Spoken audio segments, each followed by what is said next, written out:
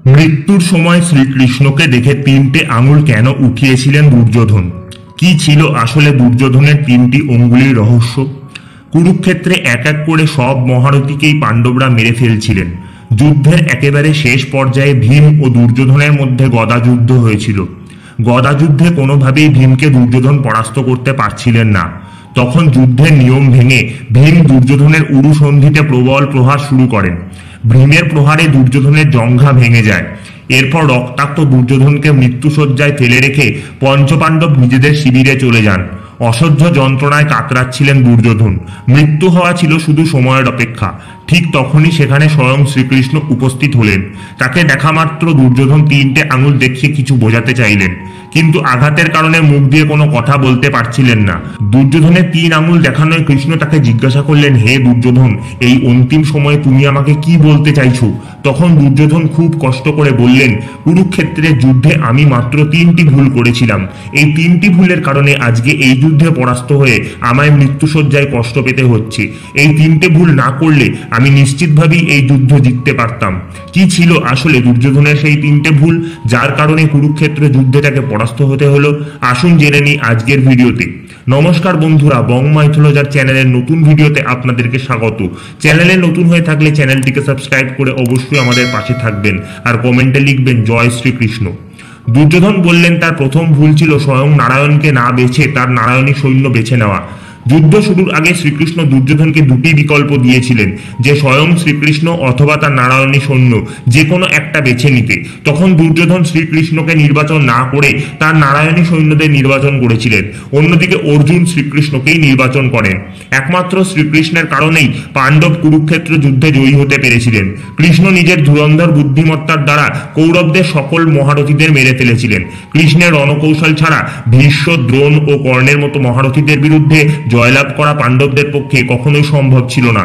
এছাড়াও যখনই প্রয়োজন পড়েছে কৃষ্ণ নিজে অর্জুন সহ পাণ্ডবদের রক্ষা করেছেন। এরপর দুর্যোধন জানালেন তার দ্বিতীয় ভুল ছিল যে বারংবার বলা সত্ত্বেও নিজের মাতা গান্ধারীর সামনে সম্পূর্ণ বিনা কাপড়ে না হাজির হওয়া। গান্ধারী ভগবান শিবের পরম ভক্ত ছিলেন। মহাদেবের পুজো করে গান্ধারী বরলাভ করেছিলেন যে নিজের চোখ দিয়ে যার শরীরের দিকে তিনি তাকাবেন তার শরীরই বজ্রের ন্যায় শক্ত হয়ে যাবে।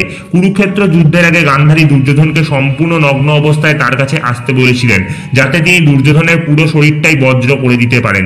কিন্তু এই কথা জানতে পেরে কৃষ্ণ দুর্যোধনকে উপহাস করেন যে এত বয়সে নিজের মায়ের সামনে নগ্ন অবস্থায় যাওয়া কি করে সম্ভব। কৃষ্ণের কথায় লজ্জিত হয়ে দুর্যোধন কলা পাতায় নিজের লজ্জা নিবারণ করে মায়ের সামনে উপস্থিত হলেন। গান্ধারী নিজের চক্ষুর আবরণ খুলে দুর্যোধনের দিকে তাকাতেই তার গোটা শরীর বজ্রের ন্যায় হয়ে গেল, কিন্তু কলা পাতায় ঢাকা শরীরের নিচের অংশ বজ্রের মতো হতে পারল না। ফলে গদা যুদ্ধের সময় ভীম দুর্যোধনের শরীরের কোনো অংশেই আঘাত করতে পারছিলেন না, কারণ তার শরীর বজ্রের মতো শক্তিশালী হয়ে গিয়েছিল।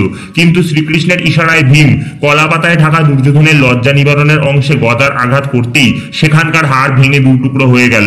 দুর্যোধন কৃষ্ণকে বললেন নিজের মায়ের কথা শুনে সম্পূর্ণ নির্বস্ত্র অবস্থায় সেখানে গেলে ভীম কোনোভাবেই তাকে মেরে ফেলতে পারতেন না। এরপর দুর্যোধন কৃষ্ণকে বললেন যে তার শেষ এবং অন্তিম ভুল ছিল যুদ্ধে সবার শেষে যোগদান করা। যদি তিনি আগেই যুদ্ধে যোগ দিতেন তবে আরো ভালোভাবে যুদ্ধের গতি ও প্রকৃতি সম্পর্কে বুঝতে পারতেন। তাহলে তার পরম বন্ধু ও ভাইদের জীবনহানি কখনোই ঘটতো না। দুর্যোধনের সব কথা শুনে শ্রীকৃষ্ণ হেসে বললেন, হে দুর্যোধন, তোমার পরাজয়ের এক এবং একমাত্র কারণ অধর্মের পথে অগ্রসর হওয়া। তুমি গোটা জীবনে বহুবার পাণ্ডবদের সঙ্গে অন্যায় করেছো।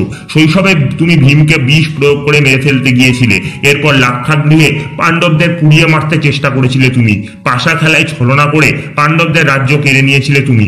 সভাভর্তি লোকের সামনে কুলবধূ দ্রৌপদীর বস্ত্রহরণ করিয়েছিলে তুমি।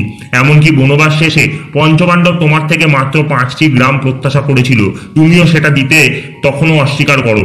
তোমার অনন্ত লোভের কারণেই কুরুক্ষেত্র যুদ্ধের সূচনা ঘটেছে। লক্ষ লক্ষ সৈন্যদের প্রাণ চলে গিয়েছে। তোমার মৃত্যুর একমাত্র কারণ তোমার অহংকার ও লোভ। অধর্মের পথে থেকে কেউ কখনো উদ্ধার পায়নি, তাই নিয়তির বিধান মনে করে নাও দুর্যোধন। নিজের মৃত্যুসজ্জায় অন্তত নিজের অপরাধ মনে মনে স্বীকার করো। এই বলে শ্রীকৃষ্ণ প্রস্থান করলেন। বন্ধুরা, আজকের জন্য এটুকুই। মহাভারত অনুসারে দুর্যোধনের একমাত্র পত্নীর নাম কি ছিল? যদি জানা থাকে কমেন্টে লিখে জানাবেন। আজকের ভিডিওটি যদি ভালো লেগে থাকে তবে একটা লাইক দিয়ে বন্ধুদের মধ্যে শেয়ার করবেন। এমনই ভিডিও আরো দেখতে এখনই সাবস্ক্রাইব করুন বং মাইথোলজার। দেখা হচ্ছে পরের ভিডিওতে। জয় হিন্দ, জয় ভারত, বন্দে মাতরম।